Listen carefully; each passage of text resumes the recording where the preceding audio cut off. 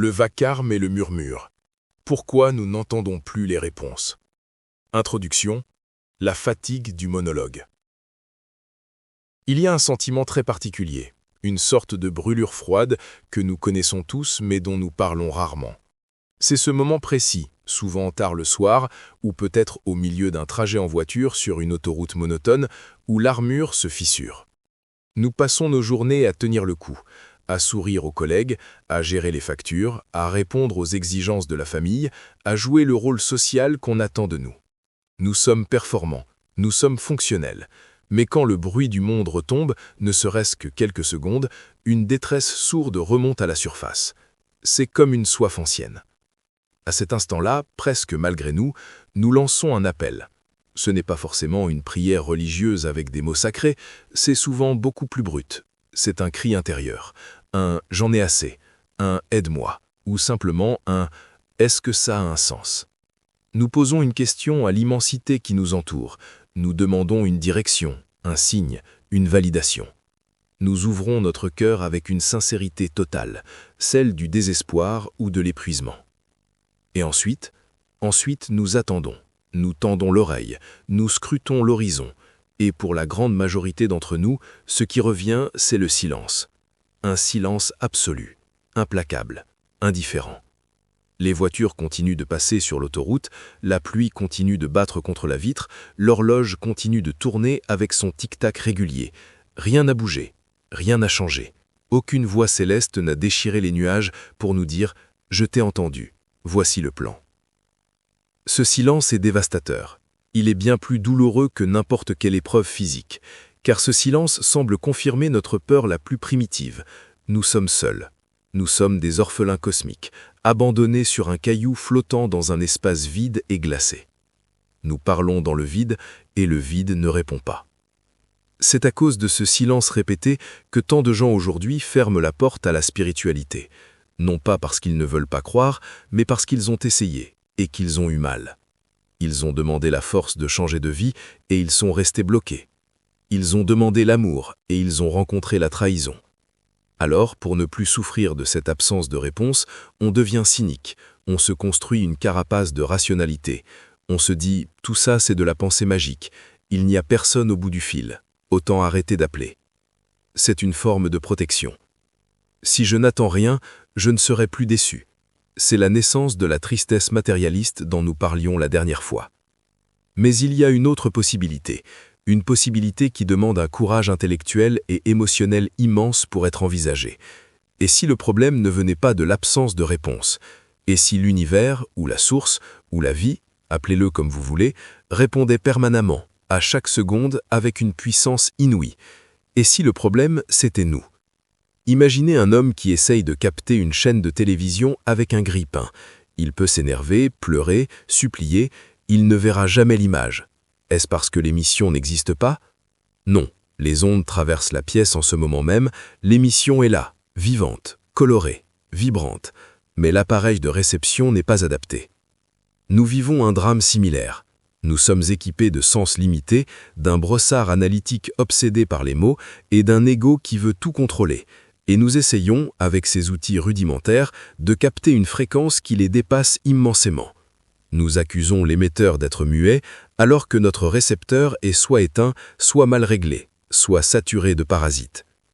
Ce que je vous propose aujourd'hui, ce n'est pas une nouvelle croyance, c'est une enquête sur notre propre sourditude.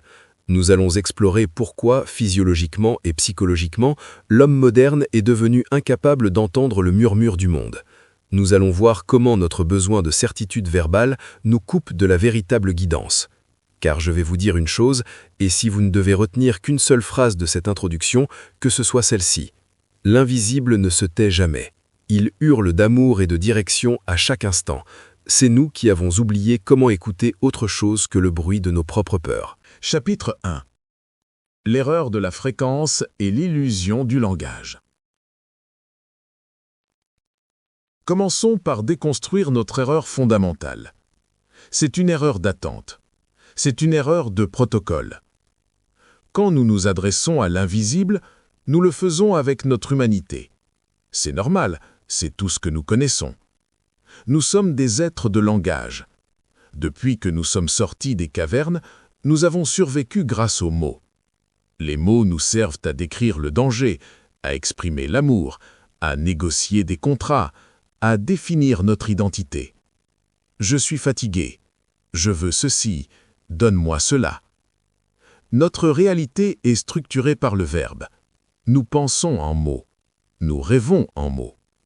Notre conscience est un flux ininterrompu de narration verbale.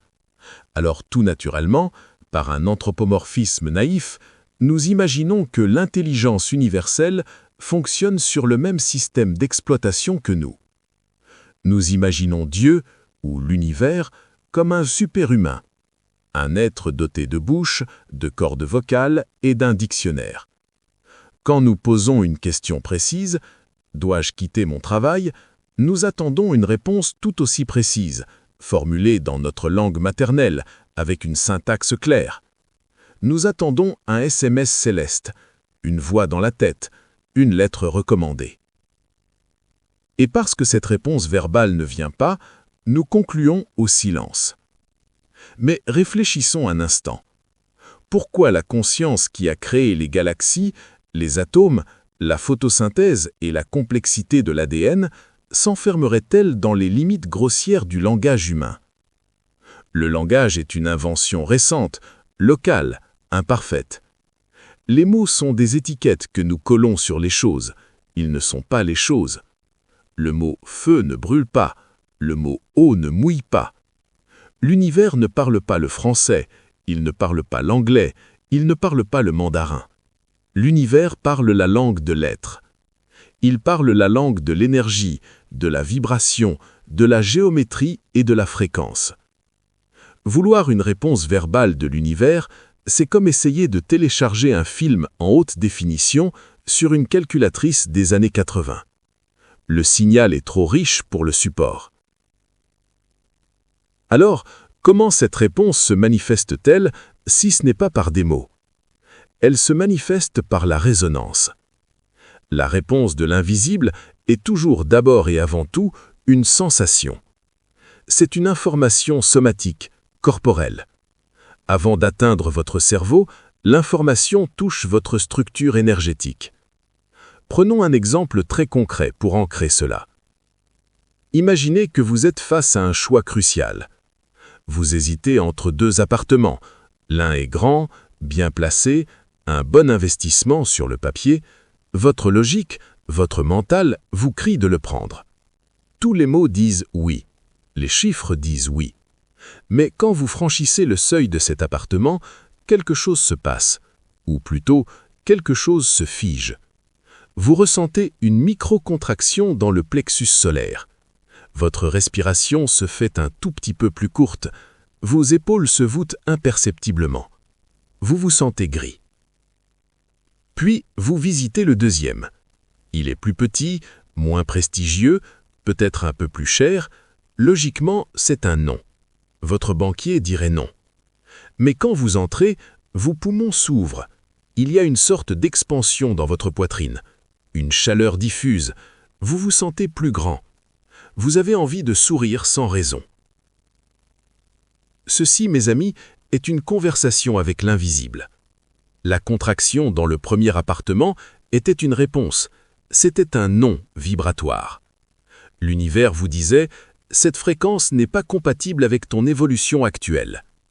L'expansion dans le deuxième appartement était un oui. C'était une validation fréquentielle. Mais qu'avons-nous appris à faire? Nous avons appris à ignorer le corps pour écouter la tête. Nous avons appris à mépriser le ressenti, comme « ce n'est qu'une impression », pour valoriser l'analyse, comme « c'est rationnel ». Alors, nous achetons le premier appartement, parce que c'est logique.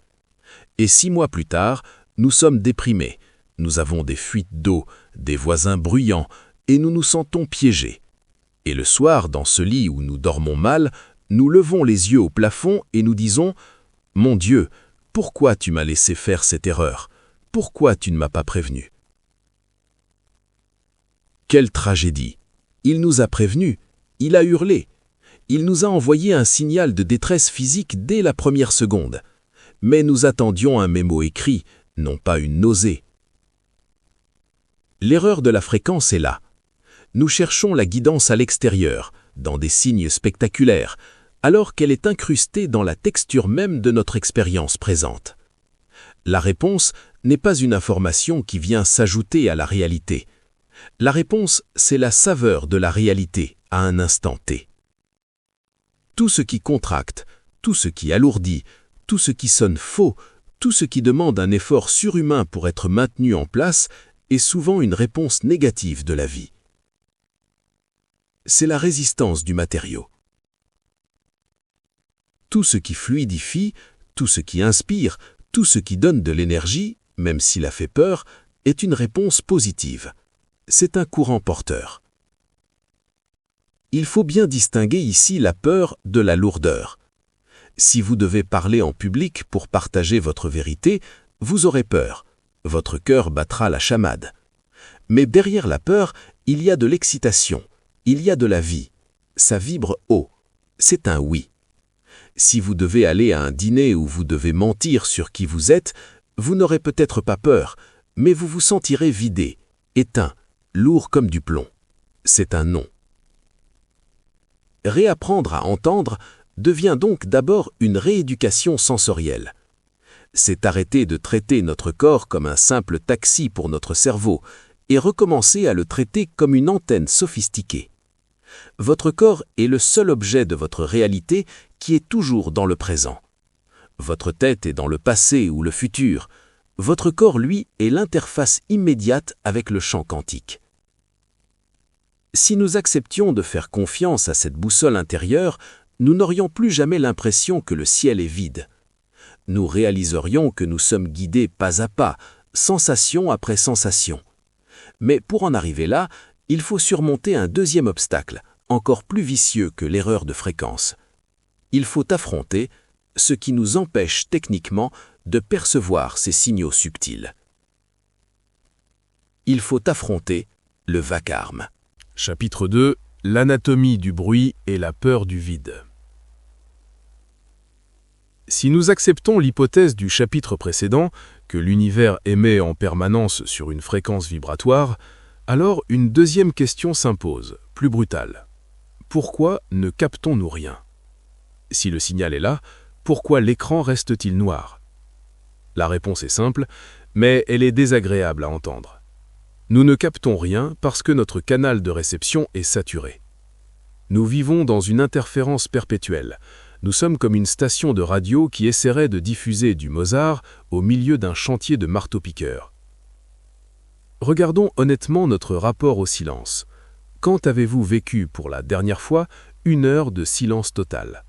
Sans musique, sans podcast, sans télévision en fond sonore, sans conversation, et surtout sans cette extension de notre bras qu'est devenu le téléphone portable. Notre époque a déclaré la guerre au vide. Le moindre interstice de temps libre doit être comblé. Vous attendez le bus, vous sortez votre écran. Vous êtes aux toilettes, vous scrollez.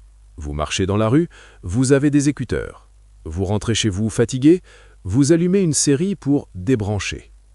Nous appelons cela se divertir ou s'informer. Mais si nous sommes honnêtes, nous devrions appeler cela s'anesthésier. Nous avons peur du silence, une peur viscérale, panique. Blaise Pascal, ce génie qui a sondé l'âme humaine comme personne, écrivait déjà au XVIIe siècle cette phrase terrible. Tout le malheur des hommes vient d'une seule chose, qui est de ne savoir pas demeurer en repos dans une chambre. Pourquoi est-ce si difficile? Pourquoi le silence est-il une épreuve? Parce que le silence agit comme un révélateur. Il est un acide qui dissout les mensonges. Tant qu'il y a du bruit, tant que je suis occupé, je peux fuir. Je peux faire semblant que ma vie me convient. Je peux ignorer ce malaise sourd dans mon ventre. Je peux oublier que je suis mortel. Je peux oublier que je n'aime plus mon conjoint ou que je déteste mon travail. Le bruit est le complice de notre déni. Mais dès que le bruit s'arrête, tout ce que nous avons refoulé remonte, comme la poussière dans une pièce fermée dès qu'un rayon de soleil entre. Dans le silence, nous entendons le battement de notre propre cœur, et cela nous rappelle que ce cœur s'arrêtera un jour. Dans le silence, nous entendons la voix de notre conscience qui nous demande « Es-tu vraiment heureux ?» Dans le silence, nous nous sentons petits, vulnérables, nus face à l'immensité. Alors, pour ne pas affronter ce vertige, nous créons du vacarme. Et je ne parle pas seulement du bruit technologique, je parle du bruit le plus assourdissant de tous, notre bavardage mental. Observez votre esprit. C'est un moulin qui tourne à vide, 24 heures sur 24. C'est le narrateur, cette petite voix qui commente tout, juge tout, prévoit tout. Elle ressasse le passé. Pourquoi j'ai dit ça? J'aurais dû faire autrement. Ils doivent me trouver ridicule. Elle angoisse pour le futur. Et si je perds mon emploi? Et si je tombe malade? Comment je vais payer ça? Elle crée des scénarios imaginaires, des disputes fictives, des triomphes illusoires. Cet narrateur a une fonction précise. C'est un brouilleur d'ondes. C'est un mécanisme de défense de l'ego. L'ego veut survivre. Il veut garder le contrôle. Il veut avoir raison. Or, la voix de l'invisible, la voix de l'âme, est une menace pour l'ego. Car l'invisible nous demande souvent de changer. Il nous demande de lâcher prise. Il nous demande de faire confiance à l'inconnu. L'ego déteste l'inconnu. Pour l'ego, l'inconnu est synonyme de mort. Alors, pour être sûr que vous n'entendiez pas cette guidance dangereuse qui pourrait vous pousser à tout quitter pour réaliser vos rêves, l'ego fait du bruit. Il crée des problèmes là où il n'y en a pas. Il s'obsède pour des détails insignifiants. Avez-vous remarqué? C'est souvent quand vous êtes au bord de prendre une grande décision spirituelle ou de vie que votre esprit devient le plus chaotique. Vous vous mettez à douter de tout, à vous angoisser pour des broutilles. C'est l'ego qui lance des fumigènes. C'est une stratégie de diversion. Nous disons « je prie, je demande, mais je n'entends rien ». C'est faux. La réponse est là, juste derrière le rideau de fumée. C'est comme si vous étiez dans une pièce avec quelqu'un qui vous chuchotait un secret vital à l'oreille, mais que vous, terrifié par ce secret, vous vous mettiez à hurler, à chanter, à taper sur des casseroles pour couvrir sa voix. Et ensuite, vous osez dire « personne ne me parle ». C'est une tragédie ironique. Nous sommes les artisans de notre propre solitude. Écouter l'invisible demande un acte de courage héroïque, celui de baisser les armes, celui d'éteindre les écrans, celui de s'asseoir sur une chaise et de laisser le monstre du silence nous dévorer. Car il faut traverser cette couche de peur, il faut laisser la boue retomber au fond du verre pour que l'eau redevienne claire. Ce n'est qu'au-delà de l'ennui, au-delà de l'angoisse, dans cet espace où l'on n'a plus rien à faire et plus rien à prouver, que la fréquence subtile de l'univers peut enfin être perçue. Mais parfois, même quand nous sommes sourds à l'intérieur, l'univers trouve un autre moyen de passer, un moyen plus dense, un moyen que nous ne pouvons pas ignorer, car il ne se passe pas dans notre tête, mais dans notre réalité matérielle. Chapitre 3. Le langage des circonstances et la sagesse du mur. Si vous n'écoutez pas le chuchotement, l'univers finira par vous lancer une brique. C'est une image brutale, mais elle résume parfaitement ce troisième chapitre. Nous devons apprendre à lire le langage des circonstances. Nous avons été éduqués, surtout ces dernières années avec la mode de la loi de l'attraction, à croire que nous sommes les maîtres absolus de notre réalité. On nous a dit « tu es le créateur. Si tu veux quelque chose, visualise-le, vibre-le, et l'univers te le livrera ». C'est une vision séduisante. Elle flatte notre ego, elle nous donne un sentiment de toute puissance, mais elle est incomplète. Et elle est dangereuse. Elle oublie une moitié de l'équation. Oui, nous sommes des créateurs, nous émettons une intention, mais l'univers n'est pas un simple catalogue de vente par correspondance. L'univers est une intelligence vivante avec laquelle nous sommes en dialogue. Un dialogue, cela veut dire que parfois, l'autre dit non. Et c'est là que nous devenons illettrés. Nous ne savons pas lire le non de la vie. Quand nous rencontrons un obstacle, un échec, une porte fermée, notre réflexe est de nous acharner. J'ai échoué à cet examen, je vais travailler 2 fois plus dur. Cette personne ne veut pas de moi, je vais lui prouver que je suis l'homme ou la femme de sa vie. Ce projet ne décolle pas, je vais forcer le destin. Nous glorifions la persévérance, nous en faisons une vertu cardinale. N'abandonne jamais, nous disent les coachs. Mais il y a une différence fondamentale, une différence de nature, entre la persévérance et l'obstination. La persévérance, c'est remonter le courant d'une rivière parce qu'on sait que la source est là-haut. C'est dur, mais ça sonne juste. L'obstination, c'est essayer de traverser un mur de béton en tapant dedans avec la tête. Ce mur contre lequel vous vous battez peut-être en ce moment même, que ce soit un blocage financier, amoureux ou professionnel, ce mur n'est pas une punition. Ce n'est pas le signe que vous vibrez le manque ou que vous êtes maudit. Ce mur est une phrase, ce mur est une réponse de l'invisible. Il vous dit « Arrête, ce n'est pas par là, tu te trompes de route, je protège ton destin en t'empêchant de passer. » Regardez votre vie avec honnêteté. Combien de fois avez-vous pleuré parce que vous n'aviez pas obtenu ce que vous vouliez, ce job de rêve, cette maison, cet amour? Vous étiez dévasté. Vous avez crié au ciel « Pourquoi tu m'abandonnes ?» Et puis, 1 an, 5 ans, 10 ans plus tard, vous regardez en arrière et vous réalisez que si vous aviez obtenu cette chose, votre vie aurait été un cauchemar. Ce job vous aurait détruit la santé. Cette personne ne vous correspondait pas du tout. La non-réponse était en fait une protection. La porte fermée était le plus grand cadeau que l'univers pouvait vous faire.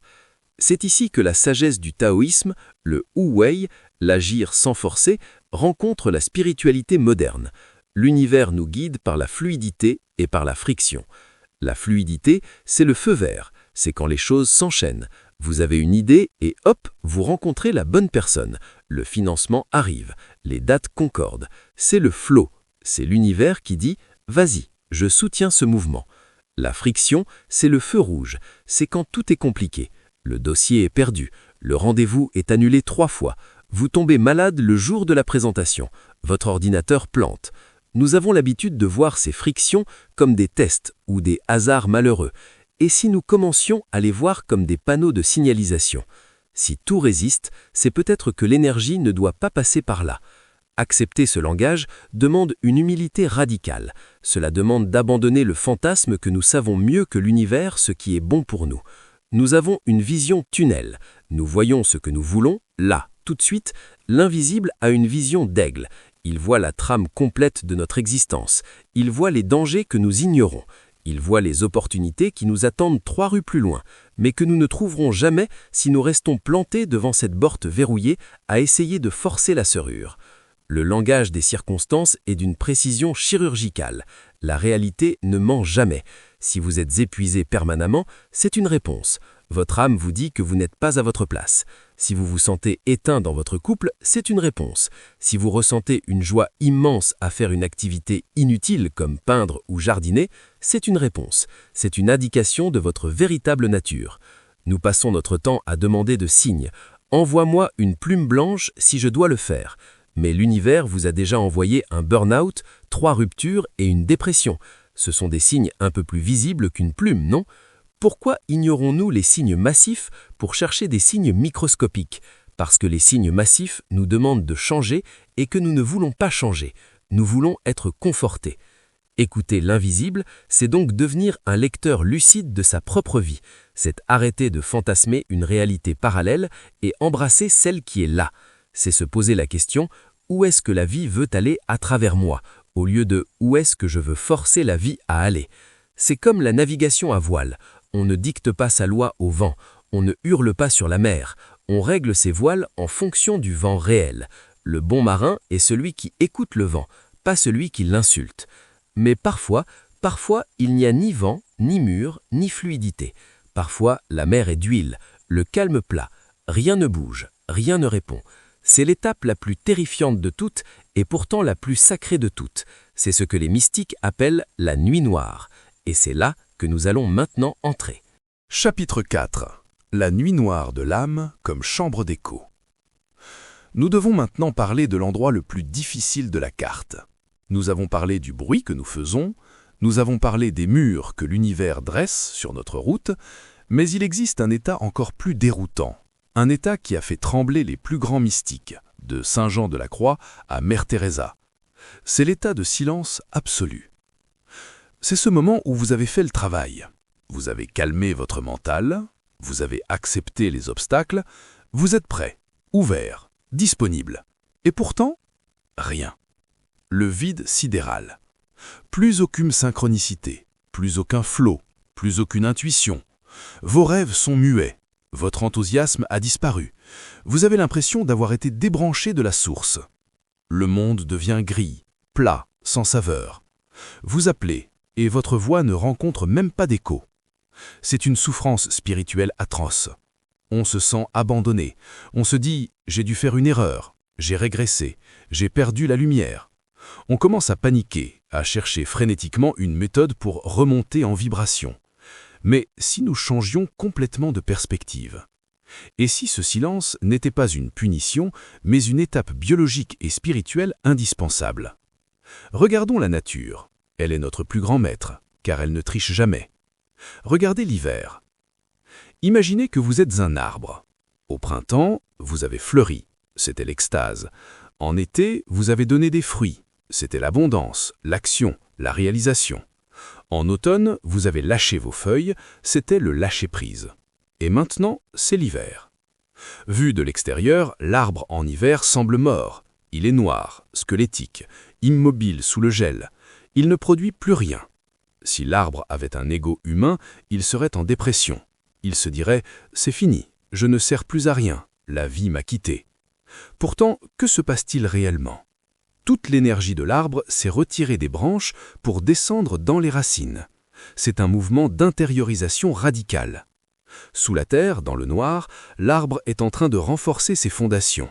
Il stocke, il condense, il prépare la poussée vertigineuse du printemps prochain. S'il continuait à fleurir toute l'année, il s'épuiserait et mourrait. Le silence de l'hiver n'est pas une mort, c'est une incubation. La nuit noire de l'âme est votre hiver spirituel. L'univers arrête de vous envoyer des signes extérieurs pour une raison très précise. Il veut que vous trouviez le signe à l'intérieur. C'est comme un parent qui apprend à son enfant à faire du vélo. Au début, il tient la selle, il court à côté, il encourage, il guide. L'enfant se sent en sécurité, il sent la main sur son dos. Et puis, soudain, le parent lâche la selle. Il s'arrête de courir. Il se tait. L'enfant panique. « Papa, tu es où? Je vais tomber !» Mais le parent n'est pas parti. Il est juste là, immobile, silencieux, attentif. Il se tait pour obliger l'enfant à trouver son propre équilibre. S'il tenait la selle toute sa vie, l'enfant ne serait jamais libre. Ce silence que vous traversez peut-être est le signe de votre maturité spirituelle. L'invisible ne vous nourrit plus à la petite cuillère avec des miracles quotidiens, parce qu'il sait que vous êtes prêt à devenir autonome. Il veut que vous passiez d'une foi basée sur l'épreuve, je crois parce que j'ai reçu un cadeau, à une foi basée sur l'être. Je suis, même dans le vide. C'est dans cette chambre noire que se développe la photo de votre future identité. C'est une métamorphose. Rappelez-vous de la chenille dans sa chrysalide. Avant de devenir papillon, la chenille ne se contente pas de pousser des ailes. Elle se dissout complètement. Elle devient une sorte de bouillie immorphe. Elle perd toute sa structure passée avant de pouvoir réorganiser ses cellules en quelque chose de volant. Ce moment de dissolution, c'est le silence. C'est terrifiant, car on ne sait plus qui on est. On n'est plus chenille et pas encore papillon. On n'est rien. Si vous êtes dans cet état, je vous en supplie, ne forcez pas. Ne vous agitez pas pour essayer de ressentir quelque chose à tout prix. C'est l'erreur classique. On veut casser la chrysalide pour sortir plus vite et on tue le papillon. Acceptez l'hiver. Acceptez le rien. Dites à l'univers, « D'accord, tu te tais. Alors je m'assieds avec toi dans le silence. J'attends sans attendre. Je te fais confiance même dans le noir. » C'est l'acte de foi ultime. Et je vous promets, car c'est une loi cyclique aussi sûre que la rotation de la Terre, que le printemps reviendra. L'énergie remontera. Et quand elle remontera, vous ne serez plus la même personne. Vous serez plus dense, plus ancré, plus vaste. Vous aurez découvert que votre sécurité ne vient pas des signes extérieurs, mais de votre propre centre imprenable. Maintenant, pour ceux qui ne sont pas dans cet hiver, mais qui veulent simplement nettoyer la ligne pour mieux entendre au quotidien, passons à la pratique. Comment désencombrer le canal? Chapitre 5. Le nettoyage du récepteur. L'art de la soustraction. Nous arrivons au comment. Mais attention, je ne vais pas vous donner une to-do list de plus. Nous sommes déjà surchargés de choses à faire. Nous n'allons rien ajouter. Nous allons soustraire. L'écoute n'est pas une action, c'est une cessation. Pour entendre la musique, il faut arrêter de taper sur le tambour. Il y a une vieille histoire zen que j'aime beaucoup. Un professeur d'université rend visite à un maître zen pour l'interroger sur l'illumination. Le maître sert le thé. Il verse. La tasse est pleine. Mais il continue de verser. La tasse déborde dans la soucoupe, coule sur la table, ricelle sur les genoux du professeur. Le professeur s'écrie « Arrêtez, la tasse est pleine, elle n'en contient plus ». Le maître pose doucement la théière et dit « Comme cette tasse, vous êtes rempli de vos propres opinions et spéculations. Comment puis-je vous montrer le zen si vous ne videz pas d'abord votre tasse? Nous sommes pleins de bruit, pleins de certitude, pleins d'histoire. Voici 3 gestes de vidange pour nettoyer votre récepteur. Le jeûne d'information, la décantation. C'est le geste le plus puissant et le plus difficile de notre époque. Notre cerveau est saturé de données inutiles. Nous consommons des milliers d'images par jour. Chaque image laisse une trace, une micro-émotion, un résidu. C'est comme essayer de voir le fond d'un lac alors qu'on jette des cailloux dedans en permanence. L'eau est tourbe. Je vous mets au défi. Pendant 3 jours ou 1 semaine si vous êtes courageux, coupez le flux. Pas de réseaux sociaux, pas de news, pas de vidéos, même celle-là une fois finie, pas de musique dans les oreilles en marchant. Au début, vous allez ressentir un manque physique. C'est le sevrage de la dopamine. Vous allez vous ennuyer. Votre main va chercher votre téléphone par réflexe. Laissez faire. Traversez l'ennui. L'ennui est la porte. Après 24 ou 48 heures, un miracle se produit. La boue retombe. L'eau se claircit. Soudain, vous allez avoir une idée géniale sous la douche. Vous allez vous rappeler d'un rêve. Vous allez remarquer la forme d'un nuage. La voix de l'intuition qui était étouffée par le bruit numérique va redevenir audible. Elle était là tout le temps, mais vous étiez trop occupé à regarder la vie des autres. Le corps comme pendule, la réactivation animale. Nous l'avons vu, l'univers parle par vibration. Il faut donc récalibrer votre instrument de mesure, votre corps. Faites-en un jeu quotidien. Pour des petites décisions sans importance, interrogez vos tripes, pas votre tête. Qu'est-ce que je mange ce midi ? Ne réfléchissez pas aux calories ou à ce qui est raisonnable. Fermez les yeux 1 seconde. Imaginez une salade. Imaginez des pâtes. Sentez la réaction physique. Est-ce que ça ouvre ou est-ce que ça se contracte? Est-ce que ça salive ou est-ce que ça se contracte? Réapprenez à sentir le oui et le non cellulaire sur des choses banales. C'est comme faire des gammes au piano. Si vous vous entraînez sur le choix d'un menu, le jour où vous devrez choisir une maison ou un partenaire, votre instrument sera accordé. Vous saurez reconnaître la vibration de la vérité parce que vous l'aurez pratiqué 1000 fois. L'attention flottante, le rendez-vous sans ordre du jour. Enfin, il y a la pratique de la page blanche. Prenez l'habitude de passer du temps avec l'invisible sans rien lui demander. Allez marcher en forêt ou asseyez-vous sur un banc. Et ne dites pas « donne-moi un signe ». Ne dites pas « règle mon problème ». Dites juste « je suis là, j'écoute » et observez. Adoptez ce que les psychanalystes appellent l'attention flottante. Ne fixez rien de précis. Laissez votre regard et votre oreille glisser sur le monde. C'est justement dans cet état de non-demande totale, que l'univers glisse ses messages les plus profonds. Un oiseau se pose. Une phrase d'une conversation de passant vous parvient et répond exactement à votre question secrète. Une sensation de paix immense vous envahit sans raison. C'est le signe que la connexion est rétablie.